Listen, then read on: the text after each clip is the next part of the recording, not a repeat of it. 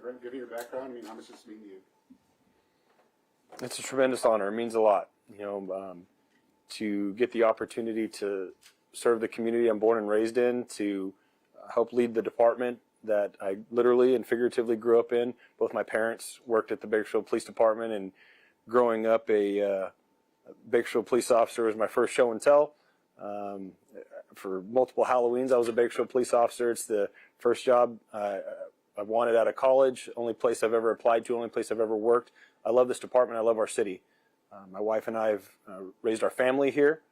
We're firmly entrenched in this community. We believe in this community, and I love this department. I believe in policing as a profession, but I love the Bakersfield Police Department, and it is the honor of my career to be chosen to lead this department. So I'm very grateful to the city manager, Mr. Clegg, as well as the city council for their confidence that they have in me.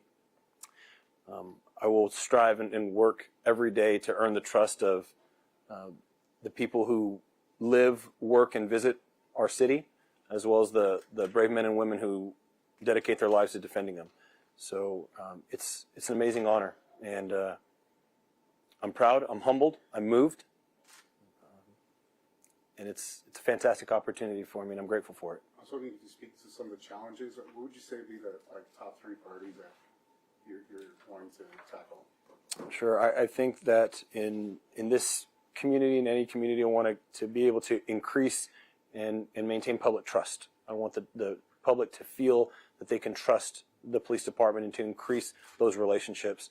I want to decrease crime, but I also want to increase the feeling of safety, and I want to just be able to solve the problems that are facing our community, and there's no shortage of them. We have a city our size and a department our size. There's no shortage of challenges and problems and things to be able to work on, but I'm just an extension of where the city has been going, where the police department has been going, and just going to continue to move us in that direction. There's a lot of really amazing things that are going on in our city and our department, and I want to just continue to be able to move the ball forward in that regard. Given your extensive experience, how do you feel ready for this position in this role? Yeah, I've worked a variety of different assignments. Early on, it was very operationally based, and 12 years in SWAT and homicide and gang unit, violent criminal apprehension team. But then I also began working a couple tours in internal affairs in our professional standards, working on auditing and inspecting, being able to lead our community engagement division as well as records, a property room, and the comm center to start to understand what our professional staff go through in making our department work. Being able to learn these last several years about the budget and working with the city manager's office and human resources and risk management and the city attorney's office to be engaged with our community, those who may be critical of the department, and building those relationships to listen. All of those things I think have prepared me for this. I instruct in our academy, worked to further my education in getting a master's degree from Cal State Bakersfield in public policy and administration, being a part of the International Association of Chiefs of Police on a patrol and tactics subcommittee, leading the California Association of Tactical Officers, being the president of several different local nonprofits, including Global Family, Youth Connection, working with the Police Activities League, Mended Brewer Magic Foundation. It gives me the opportunity to be able to meet and deal with a lot of people in our community. I listen to a lot of the things that people in our community are facing, and so I think each of those have given me an opportunity to be able to keep my finger on the pulse of what's going on in our community. Not only that, but I'm a member of this community. I raise my family here, I work here, I live here, so I'm vested in the outcome of our community as well. I think each of those has given me an opportunity to give me that perspective about our city and helped prepare me for this position. What are your goals in terms of not only increasing safety from within the police department, but increasing the idea of community policing and working as a community to improve our safety?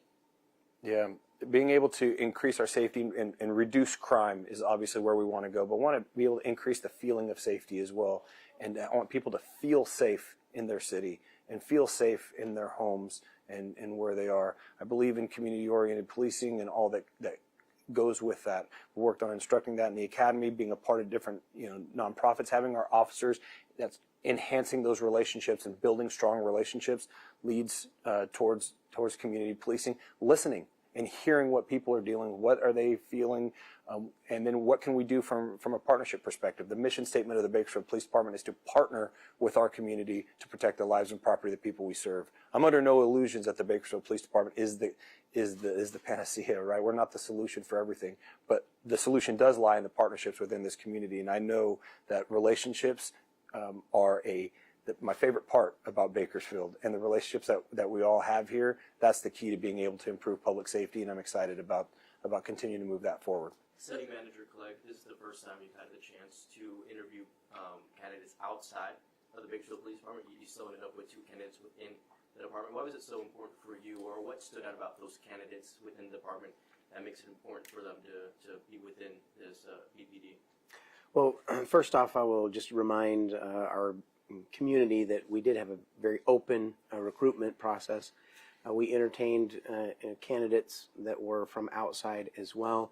But I think what an important piece about what this process demonstrated is that we have very capable, very passionate folks who are from our own community, from our own department, that want to do this work. Also, it's worth noting that Bakersfield is the 9th largest community in California. And for many individuals, this working for a department of the size and complexity that we're dealing with, there are fewer other departments that really are comparable in the scope of work that we do. Again, we were open and inviting to individuals who might come from other departments that had that level of experience, at that level of complexity, but we were very fortunate to have 2 of our own who have built up their skills, who have built up their character traits, and who came prepared to demonstrate that they could lead a department of this size and complexity. And that's just the way the process played out. But again, I felt very blessed to have 2 great internal candidates to be able to consider. Chief Stratton, we've seen a lot recently the excitement towards the city receiving a significant amount of funding to address our gun violence and homicide rates. We've seen over the last few years that's been a really big topic of the overall reduction in homicides that we've seen. Now that they have this funding that's expected to last over the next 3 years, what do you see yourself as Chief of Police working towards using that funding to the best ability and working with the city to continue this progress? Well, first of all, I'd like to recognize our city manager, Mr. Clegg, for his work in being the architect of the city's gun violence reduction strategy. Everything that I've learned has been because he's introduced this strategy to us. It's work that he previously did in other communities he's been able to bring to our city, and in being able to work with this as well as with higher education and being able to look at our data, to be able to work with community-based organizations, including those with lived experience in gun violence, being able to have that level of partnership has been a difference maker. I'm really working on 3 components to things, right? There's an intervention piece, there's a prevention piece, and there's an enforcement piece. And again, none of this can be done without community-based organizations and that partnership.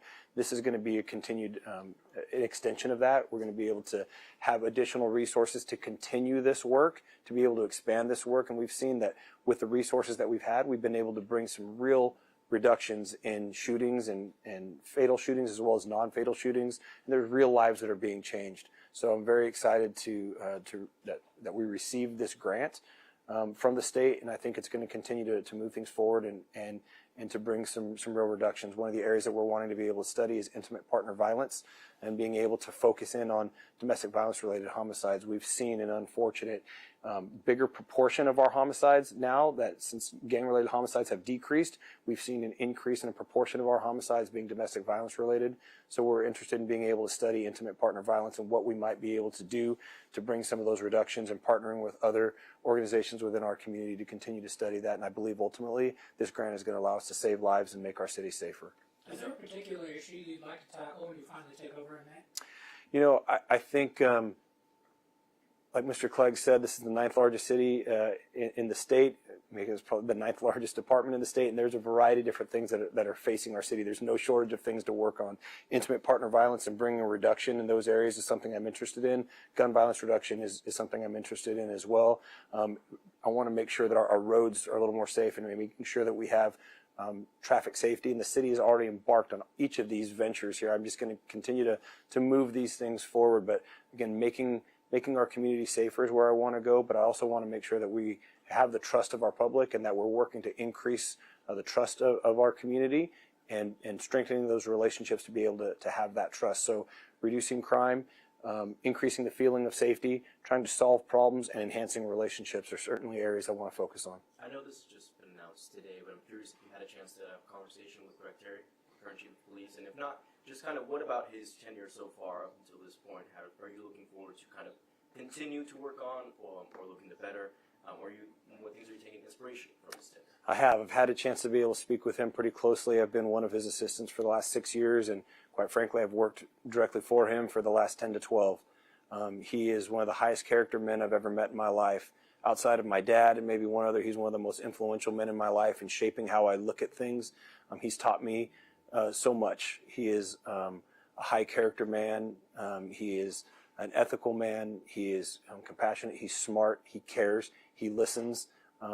And so I have had the opportunity to be able to speak with him and thank him for his years of mentorship and leadership for me and his friendship. And so I hope to be able to fill just a fraction of his shoes, because he's been very, very good for our department. And I also want to take the opportunity to recognize Assistant Chief Jeremy Blakemore, who is a man of high character and high competence as well. He's a professional.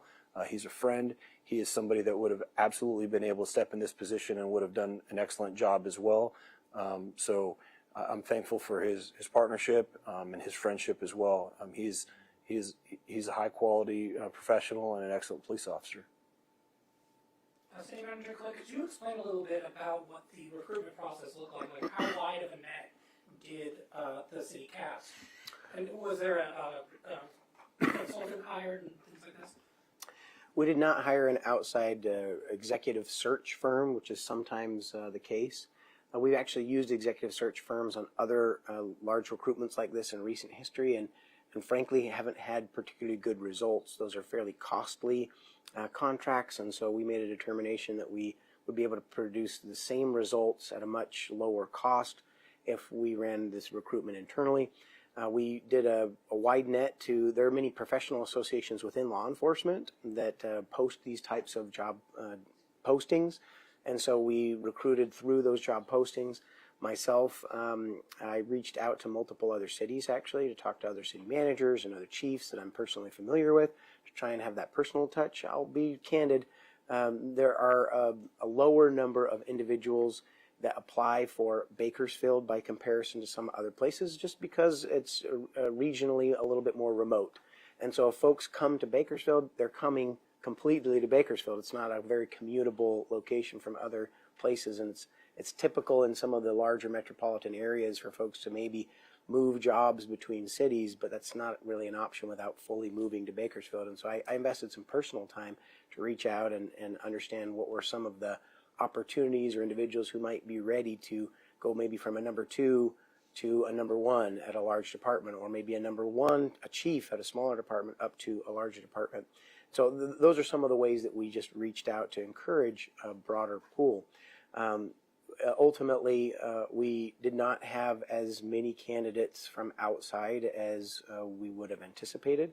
I think it's worth sharing in this context that, again, outside of some of the factors that I just mentioned, we know that Bakersfield has a different affordability and cost of living compared to other places in California, but for many of our out-of-state potential candidates, I heard from some that the moving to California with the cost of living, and also frankly just a very different political environment, a different policy environment in California, and so we didn't really see very many candidates who are from out of state, but also not a huge surprise there. But even within the state, again, candidly as well, we had a ballot measure back in 2011 that changed the retirement formula for law enforcement officers. And for anybody who's been a long-term law enforcement officer to come from another location to Bakersfield would be a significant change in their retirement formula. And so, of course, it's not always about those factors. It's about the heart, and are there individuals who would come because they want to really make a big difference? But again, we saw the 2 individuals who had the biggest heart and the biggest passion and the most qualifications were from our own department. And to just say a little bit more about the process, you asked about the net, but just the process itself, we had 2 rounds of interviews. We had multiple panels on each of those rounds of interviews. We actually put the candidates a little bit through the ringer, and having to A lot of it through the ringers. a lot of it through the ringer to meet with community representatives that actually were able to ask questions and then provide feedback to me about their interactions with the candidates, to meet with different layers of city staff as well as the formal interview panels. And so we had 5 different panels that met with each of the candidates over the 2 different interview processes, and it was able to give me enough feedback that I needed to make this really hard and big decision. What are you most looking forward to when May 1st comes around and Officer Stratton's and the Chief of Police? What are you most looking forward to with working alongside the PPD to improve within the community in Bakersfield? I'll acknowledge that I think what I'm looking most forward to is having a clear transition. Chief Terry has been such an incredible chief, and he's been a good friend and a good colleague to me as well. And there's just a certain level of uncertainty and unknown when you know at a certain point in time, we'd love to have Chief Terry forever, but we know that there's a certain point in time at which it makes sense for everybody to, have their moment to move on. And I think some of the unknown was one of those big challenges. Can we manage that transition? Can we keep that continuity of all the good work that's been happening? Can we start to tackle additional things that we knew we wanted to get to, we just hadn't quite gotten to yet? And to have now that just clarity of we know our path forward is probably what I look forward to most. I've been very fortunate to be able to work with the command staff at large and the police department. I've been fortunate to work with Brent Stratton as well, and I have total confidence that we're going to continue to make all the progress that we've wanted to make and planned to make and beyond. What is the chief's salary? This is telling, Chief, that neither of us can answer that question right now. And what's telling about that is that that's not what's most important to us. It is a competitive salary. I will tell you that it is also, we look at market agencies, by the way, to determine what would be a competitive salary, and we're on the low end in Bakersfield. Some of that is because of affordability. Some of that is just our reality fiscally. But I couldn't tell you the number right now, and we're going to go and do the work regardless. Chief Stratton, I was hoping you could speak to a little bit more about the budget, the salary concern budget too. You starting May 1st, where does that fit in what you're going to be doing from now until then? Are you involved in that at all? I am. Under Chief Terry's leadership for the last 6 years, we've been working on the budget as a team throughout the entirety of our department within command staff and our business office as well. So I've been a part of helping to shape the budget and our budget proposal that we're bringing to the city manager's office and to the city council as well. But we are looking at areas that we can be more efficient with what we have and being able to look at to increase some of those efficiencies and making sure that we're being fiscally responsible and good stewards of taxpayer dollars. So there's some challenges ahead, but it's actually been a really good exercise for us to be able to challenge some of our own assertions and our thoughts of how things are done, and being able to look for new and innovative ways to be able to not sacrifice any level of service, but to be able to do it a little more efficiently and effectively. Who assumes the role you're leading? So that will leave a vacancy at the assistant chief rank, and it's our hope to be able to, at some point whenever we're financially able to be able to have a recruitment to be able to have an assistant chief replacement would be my hope, and we'll see in the months ahead how that shakes out.